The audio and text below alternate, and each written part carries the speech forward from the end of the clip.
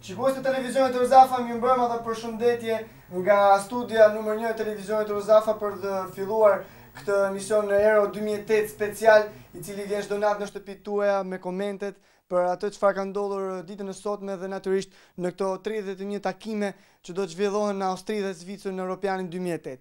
Sonte së bashku do të jemi me Drilonën, por natyrisht do të kemi edhe dy specialista të njohur të futbollit. Gjithsesi besoj se të gjitha kanë kuptuar që është Miriam Drabeja dhe Eduard Grishaj, dy drejtuesit e emisionit na e thuajnë si e thojmë na, përveç fakti që ishin edhe specialistë të futbollit. Sigurisht do t'i marrim ndihmën e dy ftuarëve tanë, Edit dhe Mirit, për këto takime dhe për cilat skuadra bëjnë tifo. Për me më pyet për cilat skuadra bëjnë tifo është diçka tepër, sepse shife do të bluza për Gjerman normal. E tha Drilona pak më parë punën e surprizës Grecisë. E herë një vjet mund ndodhin ajo surpriza e Grecisë ka fituar kampionatin evropian në 2004 në Portogali.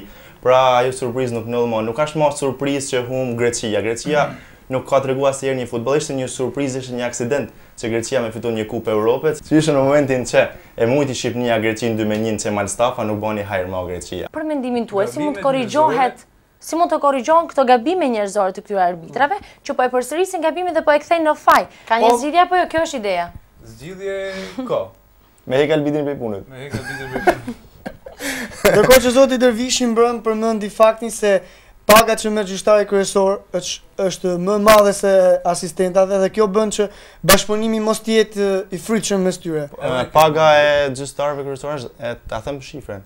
Thuaj. Është 10.000 euro për çdo ndeshje, kurse kanë 6.000 euro gjyqtarët ansor, kurse gjyqtari i katërt ka 4.000 euro. Gjithsesi duhet të kemi parasysh edhe hierarkinë, sepse çdo ndeshje. Për çdo takim kanë 10.000 euro gjyqtari kryesori. Normal se është barra më e madhe është gjyqtarit kryesor. Unë për vete do isha bërë gjyqtari 4 pa problem. Ajo që është më e rëndësishme se Gjermania fiton këtë kupë Evropës. Ndërkohë që doja të ndalesha pak tek Miri dhe tek Edi. Ç'ne ju dy tifoz. Në faktikisht na tifoz me tenis, por është herë europiani. Edi ke veshur. Ja, vetë sa jam bën me ditë se ç'është është futbolli, be dallu futbollin prej voleybollit dhe prej basketbollit, jam vetëm kanë me Gjerman. Ndoshta edhe vetë kam lënë ato momentet kur Gjermania ishte shumë kampion. Po, i takon para viteve 90, gjithsesi në kohë. Ai topi rrobollak kanë ato gjithmonë. Çfarë të pëlqen tek Gjermania? Kjo është. Te Gjermania më pëlqen tifozët gjermanë. Përveç gjermanëve, më pëlqen ajo egoja që kanë gjermanë se ka si skuadër tjetër, egoja që kur futen në fush, futen luajnë me shpirt. Edi doja të ndërpresja pak, që kur ti e bër tifoz me gjermanët, Gjermania nuk arrin me sukses. Shefe, gjithmonë skuadrat gysin fal. Ka dështuar. Ti ndoshta je me Shqipërinë përderisa je vesh me të kuqe. Gjithmonë skuadrat e mira në fillim nuk japin 100%. Gjermania ka shumë rezerva tani në 16 që me ndeshjen Portogali. Kjo do të thotë që Italia që nga më e mira sepse ka patur shumë rezerva këtë kampionat. Italia më e mira as del prej grupit hiç. Po gjithsesi Italia ka qenë shumë dopt.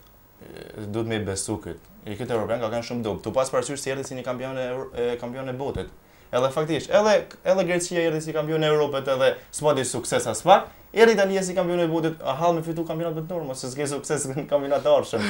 Po, ta sqarojnë pak Gjermaninë. Gjermania fitoi një ndeshje ndaj Polonisë 2-0, me 2 golat Podolski, cili i njëjti gjyqtari ishte Toma. Prap Toma.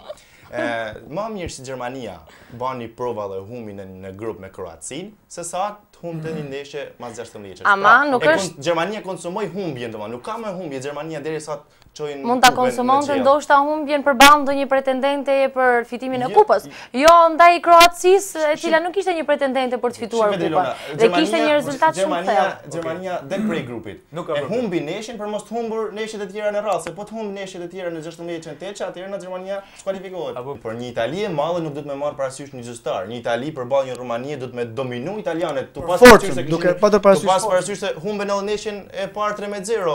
Italianët çdo më kërkuan një barazim ose do mu kap mas arbitrit, italianët do të më dominu. Gjithsesi nuk mund të presim një opinion tjetër të një tifoz i gjerman apo jo. Kam përshtypjen unë. Jo, kjo është, unë thash, mi pa drejt anullimi i golit Lukaton, por gjithsesi Italia do të me pas shpresë për diçka më të madhe. Italia është pretendente për kupën. Një fjalë fundit për Tomen? Për Tomen? S'pa themi se jemi në transmetim direkt. Ja themi te emisionin e thënë se e thojmë na.